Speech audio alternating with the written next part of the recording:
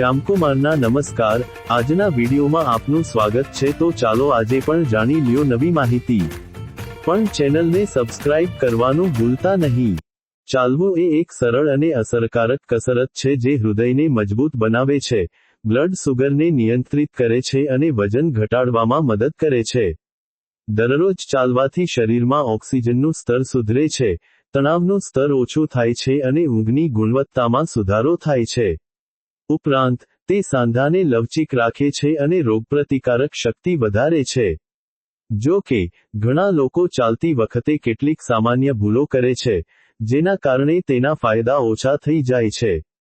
આવી સ્થિતિમાં, જાણો કે ચાલતી વખતે કઈ ભૂલો ન કરવી જોઈએ। સારા સ્વાસ્થ્ય માટે, દરરોજ ઓછામાં ઓછા 30 મિનિટ ઝડપથી ચાલવું જરૂરી છે। દિવસમાં 2 વાર 15 મિનિટના પણ વિભાજિત કરી શકાય છે। જો વજન ઘટાડવું એ ધ્યેય હોય, તો 45-60 મિનિટ ઝડપી ચાલવું ફાયદાકારક છે। ચાલવાની સાથે સ્વસ્થ અને પૌષ્ટિક આહાર પણ જરૂરી છે, કારણ કે ફક્ત ચાલવાથી ફિટનેસ લક્ષ્યો પ્રાપ્ત કરી શકાતા નથી। આ ઉપરાંત, પૂરતું પાણી પીવું, ફળો અને શાકભાજીથી ભરપૂર ખોરાક લેવો અને પ્રોસેસ્ડ ફૂડ ટાળવાથી ચાલવાના ફાયદા વધે છે। ચાલતી વખતે આ ભૂલો ન કરો। આર.એમ.એલ. હોસ્પિટલના મેડિસિન વિભાગના ડો.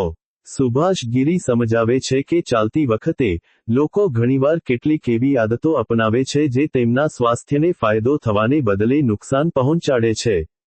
સૌપ્રથમ, ખોટા ફૂટવેર પહેરવાથી પગમાં દુખાવો અને ઈજા થઈ શકે છે। ખૂબ જ ધીમી ગતિએ ચાલવાથી અથવા વારંવાર રોકવાથી કેલરી બર્ન થાય છે।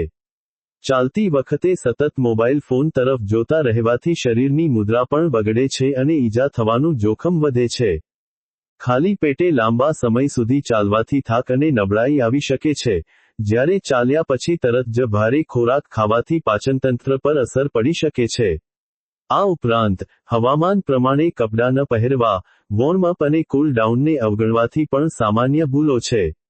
આવી સ્થિતિમાં, આને ટાળીને જ ચાલવાના ફાયદા મેળવી શકાય છે।